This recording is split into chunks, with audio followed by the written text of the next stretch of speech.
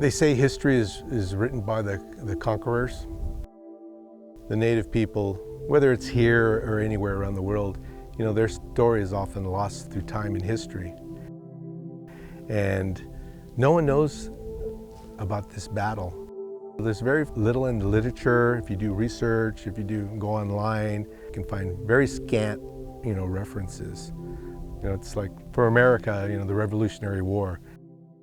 It's of that importance to the local Indians here. It's a sad chapter in California history.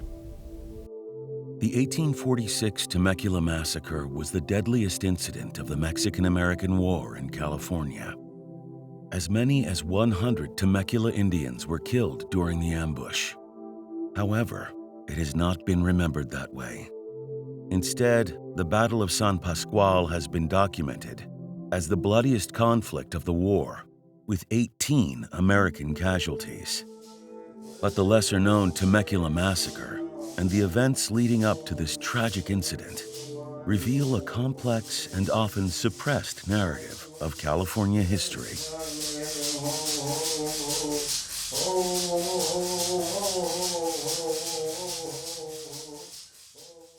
Since I was little, I've always heard of the Temecula Massacre, and people talked about it as a seminal event here in the valley and at Pechanga.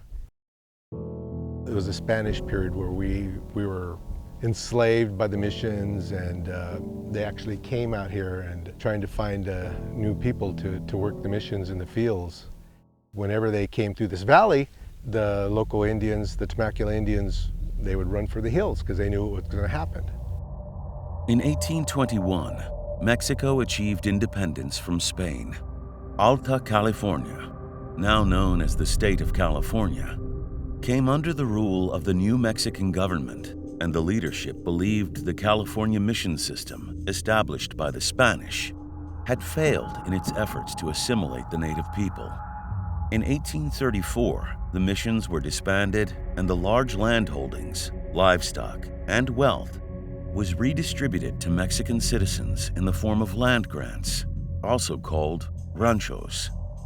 Within 2 decades, over 800 were granted in California.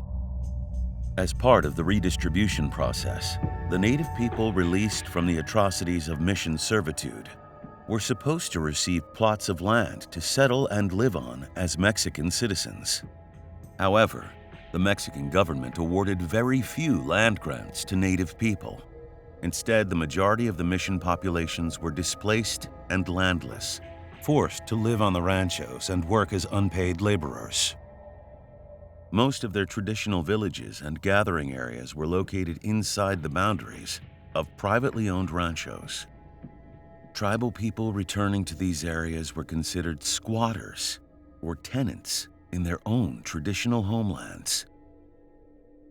As the Mexican government opened up settlement in Alta California, the Californio identity emerged. The Californios profited off established mission enterprises and the labor of native people who were forced, again, to adapt to a new era of oppression and turmoil. This is post-mission period. What happened is, as these Californios came in and asserted their claims that they were given by the Mexican government, they began to continue to dispossess the Indian people that were living on the land. It was really just depredation after depredation. Our Indian people, they were not viewed as people by the Californios. Their lands were taken. Some of the people were indentured or they were enslaved. In 1843, 22 years after Mexico achieved independence from Spain, the United States declared war on Mexico. The Mexican-American War largely stemmed from Americans' eagerness to expand westward to the Pacific Ocean. As many American settlers ventured west, they began to resent the fact that the lands in California and the Southwest were territories of Mexico. This created political divisions between the Californios and the American settlers, who had emigrated to obtain land, particularly in the densely populated pueblos like San Diego or Los Angeles. This conflict ignited further hostilities toward native peoples. our people, Payomcoachum, our Luceño people, had allied with the Americans that were coming in from the east. Because of what happened with the Spanish and the Mexican period. And so, well, you know, we didn't do so well with the Mexicans and the Spanish. So let's try the Americans. And the Cuillas, they were aligned with the Mexicans. That was kind of the genesis of the problem in, you know, before the massacre here in this canyon. In late September 1846, General Stephen Watts Kearny and his Army of the West set out for California from Santa Fe, New Mexico. Their military campaign was to assist in the capture of California for the United States. A couple of weeks into their journey, they encountered famed frontiersman Kit Carson, who was carrying a message to Washington, stating California was secured by U.S. troops. Learning this, Kearny sent 200 of his men back to Santa Fe and ordered Carson to guide him to California. He was soon to learn this message was not entirely accurate. Kit Carson was one of those characters of the American West that really captured people's imaginations and really highlighted the romanticism of the Wild West. He started his career escorting caravans of overlanders into New Mexico and throughout the frontier in the 1820s. And it wasn't until John C. Fremont and his wife, Jessie Hart Benton, went through the West on an expedition to chart and map a lot of the trails in the West that Kit Carson really got his fame.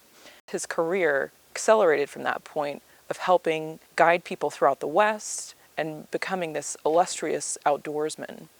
And it was during the Mexican-American War that Carson was chosen by Robert F. Stockton to send a message back to President Polk that California had been taken and that the American flag was hanging from every important post in the state. This message was premature, as it turned out. When Kit Carson delivered the message that California had already been taken, Kearny ended up sending half of his troops back. After crossing the California desert with his reduced number of men, Kearny arrived at John Warner's rancho on December 2nd. At this time, Warner, an American immigrant who had recently acquired land by becoming a Mexican citizen, was being detained in San Diego. He had been arrested a few weeks prior by a U.S. reconnaissance patrol on suspicion of his loyalties. Meanwhile, California leader Antonio Coronel learned of Kearny's approach and sent a messenger to warn his men camped at the San Pasqual village, a few miles to the west. It is reported that California General Andres Pico, brother of Governor Pio Pico, did not believe this message. On December 6, 1846, General Kearny's troop advanced on the San Pasqual village. Pico's men were outnumbered and only had lances to fight. In an unusual tactic, Pico feigned a retreat only to surprise the Americans by turning to fight. Caught off guard, the Americans attempted to fire their rifles, only to discover the gunpowder was too damp to ignite. The soldiers resorted to using their sabers and rifle butts to defend themselves, but these weapons proved no match for the horse-mounted Californios and their lances. Kearny's troops were forced to take a defensive position atop a nearby hill and were quickly surrounded by the Californios.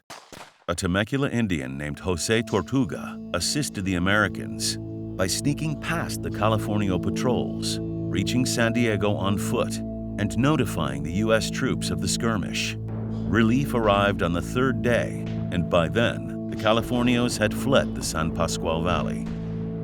Due to the American casualties at San Pasqual, historical accounts have considered this event to be the deadliest battle of the Mexican-American War in California. However, the lesser-known events that followed prove there was tragically a greater loss of life yet to come.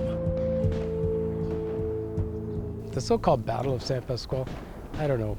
You know, there's sometimes you need to correct whether it was a battle, whether it was a war, was it a massacre. It certainly was an episode in the overall war between the United States and Mexico. After the battle, the Californio forces broke off into small groups and dispersed back to their homes and ranchos. One of these groups, consisting of 11 of Pico's men who were well-known members of the Californio elite, accompanied José Antonio Serrano to his rancho in Palma. While en route, Pico's men stole a herd of horses from a nearby village. It is reported that Serrano overheard 2 Indian women discussing a plot to capture Pico's men for stealing the horses. Serrano warned the men, but they didn't take the threat seriously. Serrano's friendship with Manuelito Cota, an influential local leader of several tribal villages, likely dissuaded their fears. Sometime between December 8th and December 12th, a contingent of Native American men apprehended the 11 Californios at Serrano's rancho and took them to John Warner's ranch. There, they were judged by a multi-tribal council of leaders to determine the ramifications for stealing the horses. Ultimately, the decision was made to put the Californio men to death for the theft. This event became known as the Palma Massacre, fueling Californio and Mexican fears that the interior tribes would rise up at the same time they were fighting the United States' invasion of California. These Californios met their demise there in Palma. It was a war. That's what happens when you're on the wrong side and you're captured and then outnumbered. When news of the Battle of San Pasqual and the Palma Massacre reached the Temecula Indian village, the community responded to the region's mounting tensions by fleeing to Pauba, a region a few miles east. It was situated along the trail to Warner's ranch and boasted a better tactical and defensive advantage than the Temecula village. It was also adjacent to a long, narrow canyon that would soon become both a strategic and yet tragic location. Tony Ashman, a Pachanga elder born in 1879, recounted the following story he heard regarding the days leading up to the massacre. According to an old Temecula Indian, when he was a young man, he worked on the Santa Margarita Rancho. One day he was given an excellent horse and a message which he was to deliver to some Californios encamped near Temecula. He followed orders and found the Californios. After resting overnight, he was given a return message and once again admonished not to make any side trips.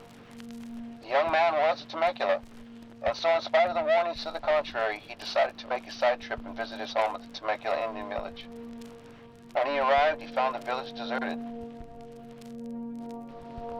He found an old, infirm Indian woman almost dead from thirst and hunger. He asked her where the people had gone, but she was too weak to speak. The young man brought her some water from the creek and mixed her a gruel of seed flour that he found in the house. Regaining strength, but still too weak to talk, she pointed toward the canyon which forms the northeastern portal into the Temecula Valley. In the months leading up to the Battle of San Pasqual and the Palma Massacre, Californio leader José del Carmen Lugo participated in several skirmishes with U.S. troops and conducted numerous visits to Temecula village. Lugo was from a well-known family that owned vast tracts of land throughout San Bernardino and other areas in Southern California. He was well acquainted with the region and possessed detailed knowledge about the Temecula villagers, knowing their numbers, preparedness, and resources.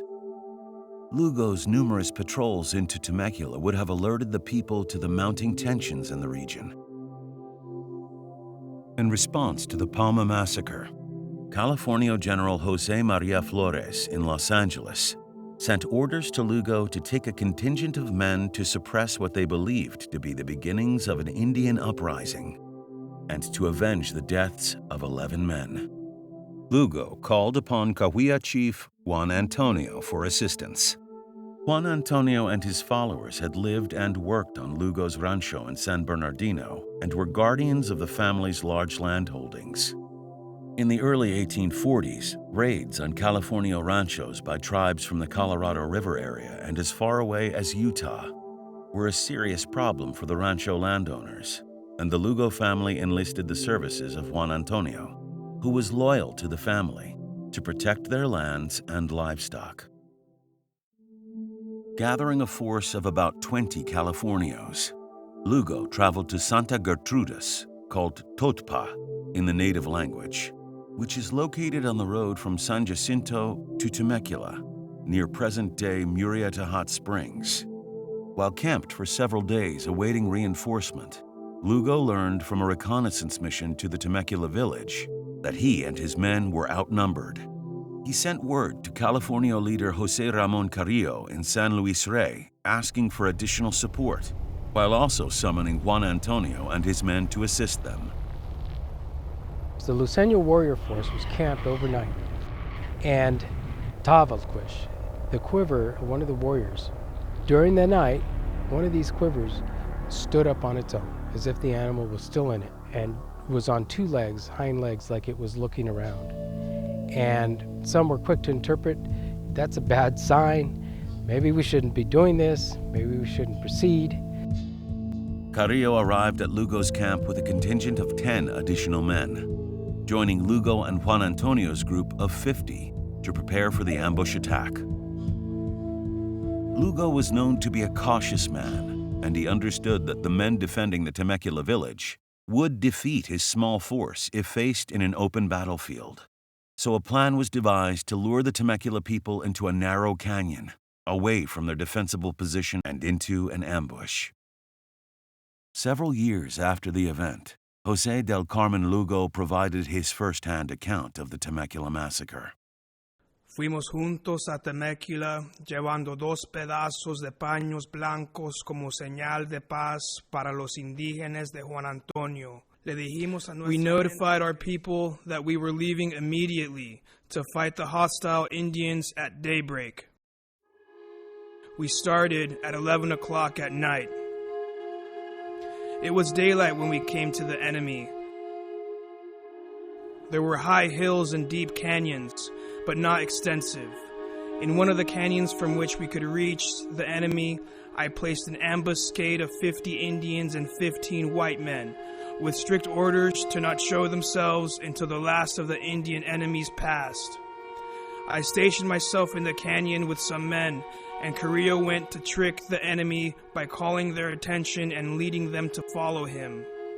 As soon as they saw him, they rose and went after him. He passed them, fired at them, and retreated slowly and in an orderly manner until he came to where I was. The Indians followed him eagerly. My men who had rifles and other good arms, of whom I had placed 5 on ridges or high places in the canyon, were told to fire only at the fighters because they were the chiefs and came only in the middle of the main body. We lured them on about a league until they passed the ambuscade. Then the men rushed out from the ambush upon them from the back at the same time that we fought them from the front. We made a great slaughter, and falling upon them from the rear, killed many of them. Before reaching Aguanga in their flight, 18 or 20 of them turned back and gave up their arms. They were made prisoners and placed in charge of Chief Juan Antonio, who told me to care for them and he would care for the prisoners. On reaching Aguanga, we amused ourselves, killing some 3 Indians who continued fighting. After terminating the affair, in which perhaps 100 Indians perished, we went back to Juan Antonio and found he had killed all the prisoners. I reproached him for these acts of cruelty, and he answered me very coolly that he had gone to hunt and fight and kill Indians who would kill him, that he was sure that if they caught him, they would not have spared his life but would have burned him alive. News of the massacre reached General Kearny and his troops. Dr. John S. Griffin, a physician to the soldiers, documented the tragic events in his diary on December 30th, 1846. We received report today that the Mexicans and a party of Indians had attacked the Indians about Warner's Ranch and killed some 30 of them. Lugo reprimanded Juan Antonio for executing the Temecula captives, but ultimately rewarded him for the killings. This was really a dastardly act, and it really is probably there was already a knife in the back, right?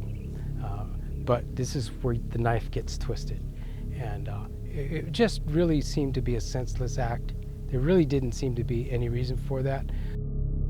Juan Antonio's rationale was that while Lugo was captain of the Californios, he was put in charge of the Cahuilla fighters, and that he could punish the Temecula prisoners however he saw fit.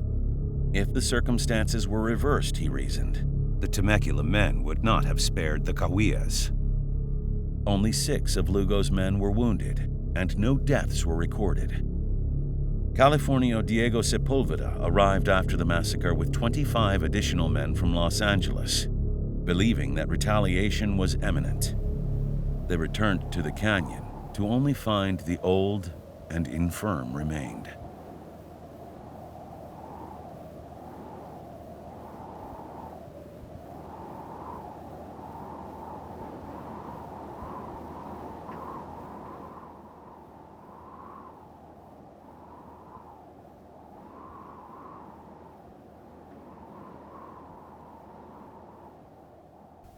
The people that were killed here in this canyon, they were left here for up to several weeks, maybe a month, and because after the battle, the massacre, people are just trying to survive and hiding, and so the bodies, they just laid here for weeks, like I said, and so the wild animals, coyotes, other creatures came and ate some of the bodies, and their bones and pieces were scattered all over here. And so when the Mexicans and the Cahuillas left, we came back here, our people, and gathered up whatever they could find, the remains, and they took them to their cemetery, which still exists, and it's in downtown Temecula. It's in a parking lot. It's not a very respectable place. The Cahuillas hollered and tried to fool the Luiseños when the Luiseños started to run away. One Cahuilla winked at an informant's uncle, and informant's uncle ran, the Cahuillas shooting at him. The Cahuillas killed more than the Mexicans did. The above fight was at Pava Ranch near Pechanga, 2 or 3 miles from Temecula. So here are the John Peabody Harrington's field notes, which are online through the Smithsonian's National Anthropological website. John Peabody Harrington was a linguist and ethnographer who worked for the Bureau of American Ethnology from 1915 to 1951. And he worked with lots of tribal people across the U.S., but predominantly spent his time with people in the Southwest and California. And overall, he amassed approximately 1 million pages of field notes that are now housed in the Smithsonian's National Anthropological Archives. So one of the great things about Harrington was that he didn't really stick to a script when he was interviewing his consultants. He really encouraged free-flowing conversation and thought. And so in his notes, the topics will jump around from place names to talking about people and families and plants and animals.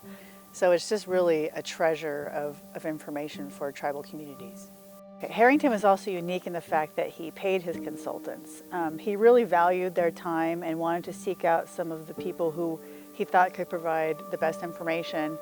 And in some cases, they had to work. So Harrington really spent lots of weeks and months on end, living with the people, eating with the people, going to their houses, going to tribal events. So he did feel it was very important to compensate them and really treat it as a job.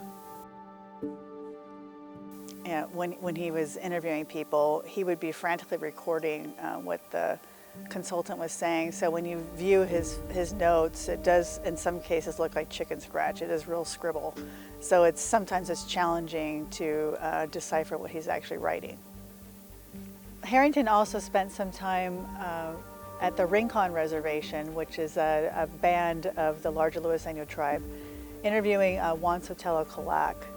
And in some pages provided by Juan Sotelo, again, he talks about the massacre, but not in a sense of this is what happened at the Temecula Massacre, but he talks about a battle that occurred between the Cahuilla and the Luiseño and how the Cahuilla had tricked the Luiseño to follow them into a trap. So in this particular section, he says, one Cahuilla who talked Luiseño, right here it says, that we are going to fight against the Mexicanos. So in a sense that he's saying he's tricking them, he's luring them to follow, luring the Luiseno to follow. And then one of the Luiseno hollered back, be still, stop. And then the Coyas started grabbing and shooting, and here the sentence is incomplete. But that they hollered this word "he," which means to kill, to start killing. So, in a sense, the Luiseno knew that they were being ambushed. In addition to Harrington's field notes, he collected hundreds of sound recordings, and he spent some time at Pachanga interviewing a man named Jose David Rodriguez, also known as Sargento. And Sargento was important to the Pachanga community because he was a religious leader. He conducted religious observances, sang traditional songs. And in one recording, Sargento talks about place names. He starts talking about a place called Palva. And while he's talking about this place, he introduces information about the Temecula Massacre.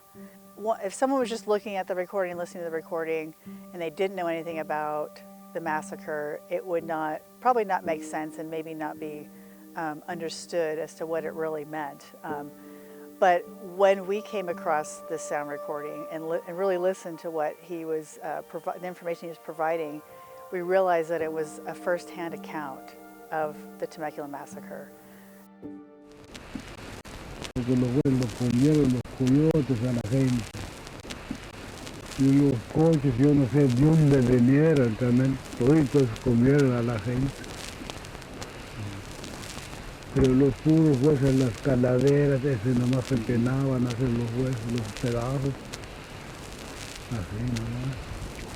Lo llevaron para allá. Los llevaron a tener por allá, donde está la compañía más amplia, el cementerio ahora. Hacían un sepultura grande, así en la redonda, fondo como de 6 pies de hondura, ancho. Ahí nomás vaciaban los huesos, los que viven en las carretas. Ahí nomás la van enterrando los puros huesos. Ahora las mujeres que se vean que tendrían dinero cuando vinieron de las misiones, algunos, pues que traigan un ñudo así en un paño, en un trapo, lo tiraban allá al hoyo, donde ya echaban los huesos. So because we know that Sargento is referring to the place where the massacre occurred, and the fact that he's talking about the dead, we knew that was related to the Temecula Massacre from other information provided from other sources. But he really provided some of the most important information for the tribe in regards to what happened to the people who were slain during this massacre, and then what happened to their remains after the fact. At that time, Sargento would have been a young boy, maybe under 10 years old. So he probably, remembered the experience, knew what was happening to some extent. So his information really was the only tribal information from the tribal perspective that we've found regarding the massacre. The only other first-hand account that we know of is Lugo's account, who was the leader of the Californios. Another interesting part of the story is that it was understood that California was secure for the United States.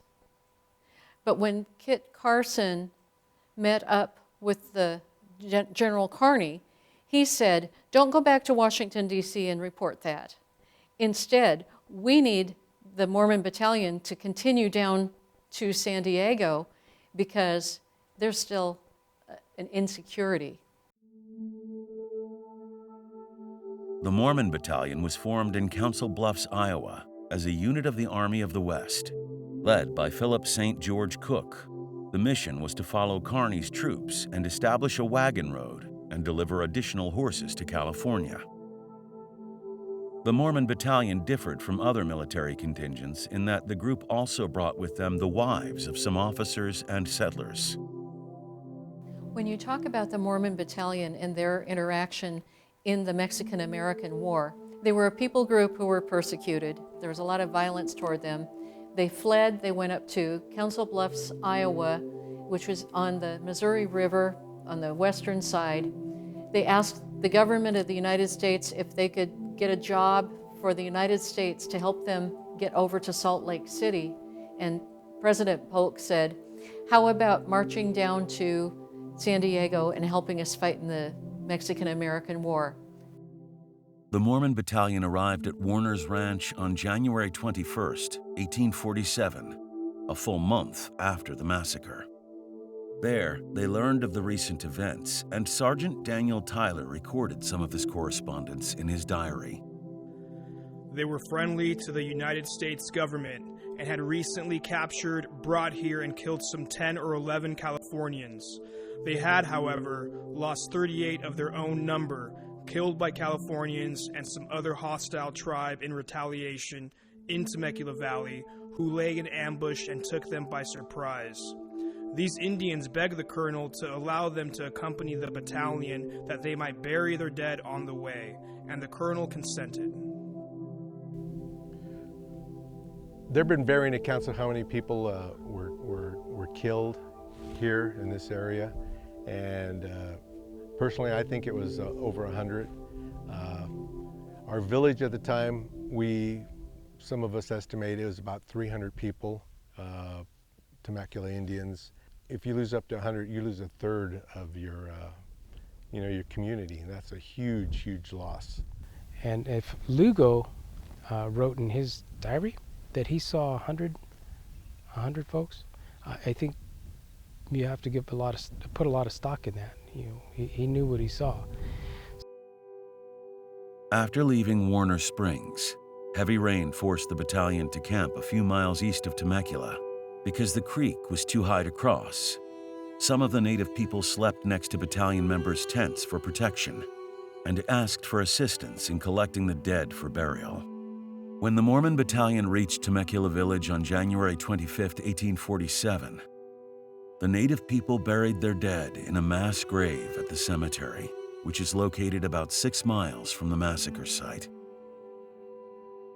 The fact that the remains from the massacre were brought to Temecula from present-day Butterfield Valley and Owanga over a distance of 10 to 15 miles indicates the cemetery was already an established burial and cremation area for the Temecula village community, despite an 1867 source saying that it was a new graveyard. This whole valley from, Vail headquarters on toward what's now Vail Lake and up through there is probably seeded with bones from the people. And through the years, it has been respected, even by the settlers, the European settlers. Even though this massacre happened around 170 years ago, we're still finding human remains from this battle. And mainly that was due to them not being recovered for a month. And so they're found under a rock, under a mudslide, someone's grading a road. Even after all the almost 170 years, we're still finding people from this battle. It's just amazing. And we think that cemetery predated this massacre, that it was used for the people. During the grading for the shopping center that surrounds it now, we found evidence of cremations and things like that. So we know it's a historic and prehistory, pre-contact cemetery. In our language, this place is called Bavkun. Bavkun is windpipe. That is your windpipe. And why are you talking about it? It's very poetic. It talks about how one would be choked up. It's a place of sadness and remembrance, the way cemeteries are supposed to be. On January 13, 1847, the United States agreed upon a ceasefire with Mexico. A year later, the two countries signed the Treaty of Guadalupe Hidalgo, which formally ended the war between the two nations and ceded Mexico's northern provinces to the United States. the city of Temecula deeded the cemetery parcel to the Pechanga tribe, who oversee the upkeep of the grounds. Today, the graves of the victims of the bloodiest battle of the Mexican-American War in California sits behind an unassuming fenced area in a shopping center parking lot in Temecula. It's a little bittersweet being here as a tribal member and knowing what happened here. If you look around, you know, we're in the shopping center, and it's troubling that even to be here. Now that we're in the city of Temecula, an upscale community, you know, with a lot of housing tracts and HOAs, and people, when they travel through here, especially this parking lot, they wonder, why is this weird wall around this just isolated piece of property? And sometimes they'll find out why, that it's a historic cemetery, you know. I think the people that are in these businesses, and they would be blown away. They would be sad if they actually knew what it was, which they don't. They don't know it's there, and you know, ignorance is bliss. This was a pre-existing ceremonial area, and when the massacre happened in 1846, many of the bodies were brought back here, and you know, its use was continued, but in a different form. And so the tribe had to fight really hard to preserve this little half-acre site. We were here with archaeologists, you know, because as developers, they want to make the site as small as they can get so they can develop everything. And so they were doing testing around the area and bringing it in to determine the size. And there was a lot of things here that we found. In the corner behind me, we saw evidence of cremations. So things like that tells us that this is a much older site. So during construction, snow fence is put up, and then chain link fence for the actual area that's getting developed or not getting developed. So you have a good line. You know, people won't with equipment won't go past. And they said that they could see remains outside of what's now the gate and the fence. So yeah, that's a real important aspect that we don't talk about too much. We capped it. There's about 4 feet of fill on this area, so we're higher than the rest of the area, and that was mainly to stop pot hunters and people that wanted to dig up Indian skulls and, you know, things that are still popular today. The most deaths during the Mexican-American War in California were right here. And so they wonder, why isn't there a plaque, you know, noting that? It's very historical to the state of California, in particular to the city of Temecula. And again, we've made a decision. It's not something we want to celebrate or even, you know, put a plaque like it's something that we should be proud of. So we note it in our own way, and like I said, it's bittersweet. It's troubling to me even to be here. Traditionally, the Pechanga people, we have 6 directions. Tumaumic, Cuemic, Quichimic, Payomic, which are north, east, south, and west, and always in that order. But we have 2 more. Momat Pashonik, the center, literally means the center of the ocean. And the last one is up, Esque, where the heaven is, where our souls finally go. Our most sacred direction is north, Tumaumic. Our ceremonial structures are always oriented to north, astronomical north, the North Star. And in 1880, there was a traveler that came through the valley. He noticed that the graves were oriented to the north instead of the east.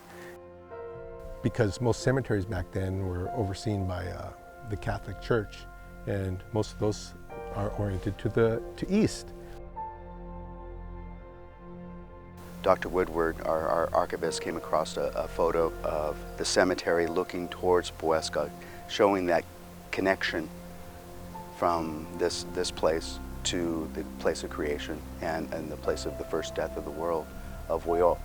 It was very important to show the photo, and in that you're seeing Temecula before rooftops and Walmarts and stores and streets, and you know how place and time is connected, as you have that continuity. It's such a case study in how to disrespect a place that is so important to a culture, to history, and we feel like it's the right time to finally tell our story about this place and tell people how important it is to our culture and how it shouldn't be set on the margin. Very important. 2 nights after Halloween, we celebrate Tikitikish, which means to be lit continually. And so that's the way that we celebrate All Souls Day. Candle lighting is a way we remember our ancestors, and it's very important that we light 1 candle for everybody that we have in our cemetery, and people that aren't even there. And then also to light a candle for those people murdered at the massacre. We've lost many of our ceremonies over the years, but one of the few ceremonies we do still have are our death ceremonies, remembering our ancestors. So we always come back every year into our cemeteries, and we do candle lighting. We light candles on the graves, and it's almost like a celebration, I would say. It's like a family reunion. It's not generally a sad time. So we do it at Pechanga. We have a cemetery there, and we come over here too. So it's things like that. It's a very private thing, Outside, there's these historical monuments. This is where the founders, settled their site. This is where the Battle of Gettysburg is, and for us, it's bittersweet. And so we've had a lot of internal dialogue among the tribe. Well, how much of this do we talk about? It's a tough thing, because as Native people, we dance in 2 worlds now. And so we have to live here, We're part of the community, but we're also part of a tribe. We're a sovereign nation.